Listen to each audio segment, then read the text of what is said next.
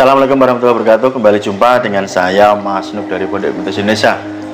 Anggap saja Anda sudah mengerti atau Anda paham, atau kalau belum paham, anggap saja Anda pura-pura paham tentang materi yang saya sampaikan kali ini, karena materi ini cukup berat ya. Artinya bukan seperti materi yang bisa saya berikan di video-video sebelumnya. Kali ini saya akan berbicara tentang magnetisme ya, atau mesmerism. Oke. Ini buat Anda yang sudah belajar ilmu hipnotis tentu penasaran ya, karena ini level yang lainnya daripada ilmu mempengaruhi pikiran. Oke. Buat Anda silahkan persiapkan diri Anda, simak baik-baik, saya akan membahasnya bersama Anda. Oke. Selamat menonton.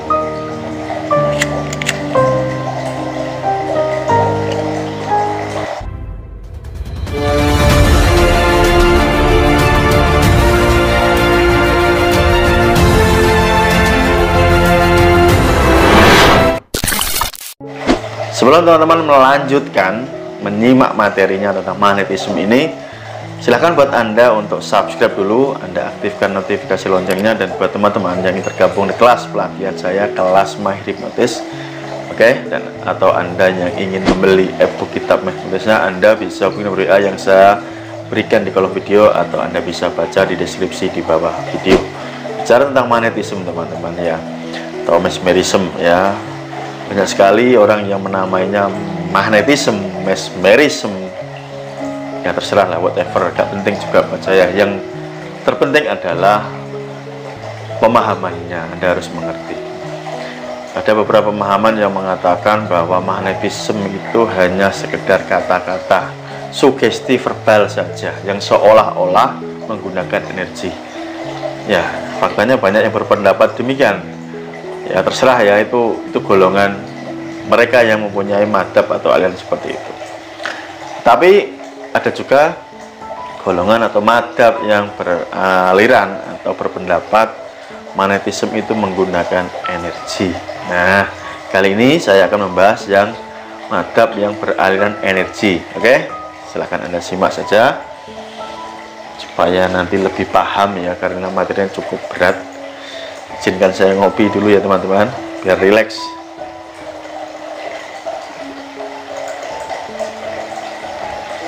Kita lanjut. Penggunaan magnetisme atau mesmerism itu kan banyak sekali ya teman-teman. Semisal Anda bisa tonton ya orang mempraktekannya di YouTube. Oke, ini menarik karena ada dua versi tadi, madhab yang mengatakan itu hanya sugesti saja, yang seolah-olah itu energi, atau madhab yang mengatakan ini energi ya, menggunakan energi.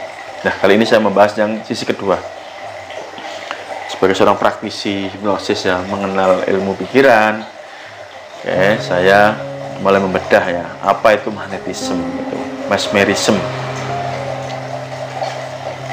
Saya tidak akan berbicara tentang asal usul, istilah dan lain-lain, itu gak penting ya. Penting. Kalau Anda perhatikan, magnetisme ini kekuatannya ini lebih banyak menggunakan tatapan mata, pandangan mata, fascination ya, fascination. Tentunya tatapan mata apa? Tatapan mata yang mempesona ya. Mempesona apa? Mempesona pikiran alam bawah sadar seseorang. Melalui apa?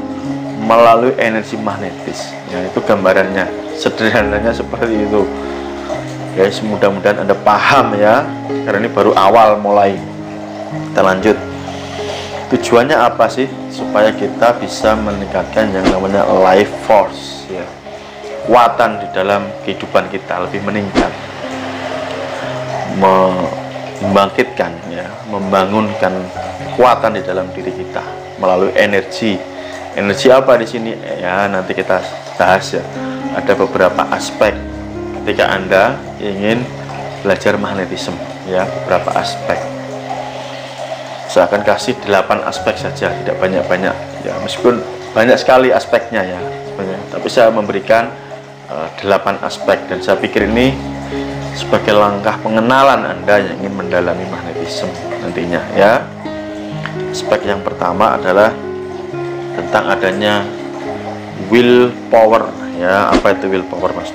Willpower itu adalah kehendak, tekad yang kuat ya, kehendak yang kuat, tekad yang kuat, keinginan yang kuat ya, willpower. Jadi ini penting ya, ini sebagai modal dasar ketika Anda ingin belajar. Niat ingsun sing kuat, nah itu loh, itu maksudnya seperti itu. Segala sesuatu harus diawali dengan niat yang kuat. Puasa Ramadan buat muslim aja ada niatnya, puasa Senin Kemis ada niatnya. Beda niat ya beda hasil ya enggak, karena yang niat itu menentukan hasil. Sholat kalau dalam muslim ya, niatnya beda-beda. Sholat isya 4 rakaat, duhur 4 rakaat, asar 4 rakaat, niatnya beda-beda. Salah niat ya salah, tidak sah sholatnya. Oke, segampang itu. Jadi ini Anda cukup mendengarkan saja. Kalau mau berdebat komentar, gak usah debat, karena saya juga males melayani orang yang debat gak ada duitnya. Oke, saya abaikan, gak penting, gak ada duitnya ya. Yang kedua aspeknya apa? Adalah energi ya, yang bisa saya sebut tadi. Di sini adalah energi saraf. Jadi kita nanti menggunakan magnetisme ini untuk memengaruhi saraf-saraf di dalam struktur tubuh manusia. Penjelasannya bagaimana? Ya secara gampangnya saja ya, secara ringkasnya saja, tubuh kita ini kan banyak sarafnya ya. Di sana saraf ini saling terkait, saling terhubung, saling bekerja sama, saling membangun ya. Jika ada hal yang tidak beres, ya terjadi namanya gangguan. Nah, dengan magnetisme ini, dengan kita mempengaruhi saraf-saraf orang yang kita magnetisme, gitu ya. Itu secara simpelnya. Aspek yang ketiga, oke. Sambil ngobrol, sambil ngopi ya teman-teman. Oh ya, sebelum saya lanjutkan aspek yang ketiga tentang energi tadi. Energi itu bisa diolah melalui beberapa cara ya. Misalkan lewat pernapasan ya, pernapasan bisa mengoptimalkan paru-paru ke atas. Kalau kita menggunakan sumber energi yang lain ya. Apa itu Mas Nuk? Misalkan cahaya atau juga energi matahari. Saya tidak ingin membahas detail tekniknya ya, saya hanya mengabarkan ke Anda saja ya, mengabarkan, bukan mengajari teknik detailnya, karena berbeda nanti panjang videonya. Kecuali Anda masuk di kelas privat saya ya, saya akan mengajarkan gitu ya. Kita lanjut. Yang ketiga adalah adanya kekuatan tatapan mata ya, pandangan mata yang membuat gazing ya. Gazing itu terpesona, mempesona ya, saya sampaikan di awal, mempesona ya. Tatapan kita itu nembus ke relung hati, mempengaruhi saraf-saraf begitu. Nah, salah satunya ada beberapa latihan untuk memperkuat mata yang intinya yang Anda harus kuat untuk menahan tidak berkedip. Nah, menahan untuk tidak berkedip. Di salah satu video saya mempraktekkan itu ketika berbicara tanpa berkedip dari awal sampai selesai. Ada, Anda bisa tonton ya, ketika saya memberikan materi, saya bisa mempraktekkan tatapan mata yang tanpa berkedip ya. Sudah ada yang komentar, Mas Nuk ini ngomongnya tanpa kedip, saya lihat. Memang iya, saya sengaja gitu ya, saya sambil mempraktekkannya. Anda cari sendirilah videonya ya, ada. Itu adalah kekuatan mata, tatapan mata yang kuat ya. Ini sangat dibutuhkan buat Anda yang ingin mempelajari magnetisme ya. Ini unsurnya, aspeknya. Kemudian aspek yang keempat adalah polaritas. Apa itu polaritas? Ya, polaritas itu kemampuan untuk mengembangkan diri kita, segala hal yang ada di diri kita ya, termasuk kita bisa membuat optimasi antara kedua otak kita, otak kiri, otak kanan, pikiran sadar dan alam bawah sadar. Nanti kita bisa melatihnya juga. Itu aspek yang keempat. Lalu aspek kelima adalah kata-kata yang mengandung kekuatan. Kekuatan di sini maksudnya adalah mempunyai energi, tidak hanya cara mengolah kalimatnya, tetapi kata-kata Anda ini mengandung kekuatan, mengandung power, ya, ada energinya, bukan sekedar Anda pintar merangkai kata. Kayak hipnotis itu kan ada itu kata-kata terselubung, bahasa-bahasa ajaib, itu pintar merangkai kalimat. Nah, kalau ini kita lebih mengedepankan adalah kata-kata yang mengandung kekuatan, mempunyai power, mempunyai energi. Ya, kita harus salah satunya ya pintar untuk menyelaraskan diri dengan alam semesta di mana kita tinggal, ya. Oke, detailnya ya ada di pelatihan, ya, tidak saya bahas di sini.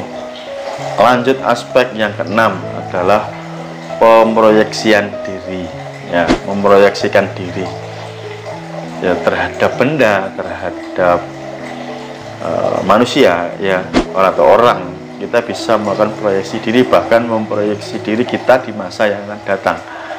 Oke, jadi dengan cara kita melatih magnetisme yang tepat, ya, magnetisme yang benar-benar magnetisme gitu, bukan sekedar sugesti, bukan, ya, magnetisme. Kita itu bisa membuat proyeksi diri. Oke, itu banyak hal yang bisa kita gunakan, ya, termasuk bagaimana berlatih cara visualisasi atau menggambarkan, ya, diri, cara kita membuat gambaran-gambaran itu menjadi realita di depan kita, ya, itu ada. Oke, lanjutkan aspek yang ketujuh, yaitu aspek sensitivitas. Jadi orang yang belajar magnetisme ini untuk mengirimkan energinya, maka dia harus bisa merasakan energinya. Dia harus sensitif, ya, sensitivitas, peka terhadap hal-hal energi. Ya, harus ada dilatih gitu loh, ya. Semisal tentang penciuman, ya, kita peka nih. Misalkan Anda bangun pagi, ya, kan aroma itu kan segar, atau panas tiba-tiba hujan rintik-rintik. Nah, ini kan kayak bau tanah itu kan habis kena hujan. Atau kita merasakan sensasi-sensasi yang lain, udara, ya. Banyak hal yang harus kita latih, yaitu tujuannya adalah melatih sensitivitas kita, merasakan energi. Karena nanti kita akan mengirimkan energi magnetis kita, gitu, ya. Maka kita harus melatihnya dengan cara-cara tertentu. Tentunya kita akan sangat cepat merasakan, ya, cepat peka terhadap energi-energi. Dan yang kedelapan adalah aspek pengembangan diri, ya. Apa itu pengembangan diri? Termasuk di sini adalah kekuatan mental kita, emosional kita. Jadi seseorang yang mempelajari atau mengembangkan magnetis ini harus menghilangkan emosi-emosi negatif, ketakutan, kekhawatiran, tidak percaya diri, dan hal lainnya. Emosi-emosi negatif lainnya itu harus dihilangkan, ya. Itu sangat menghambat ketika Anda belajar magnetisme. Oke, semoga ini bermanfaat buat Anda dan saya anggap Anda paham penjelasan ini. Sampai ketemu di kelas pelatihan saya. Salam hormat dari Mas Nur, salam hipnosa. See you next time, bye bye. Thank you. Assalamualaikum warahmatullahi wabarakatuh.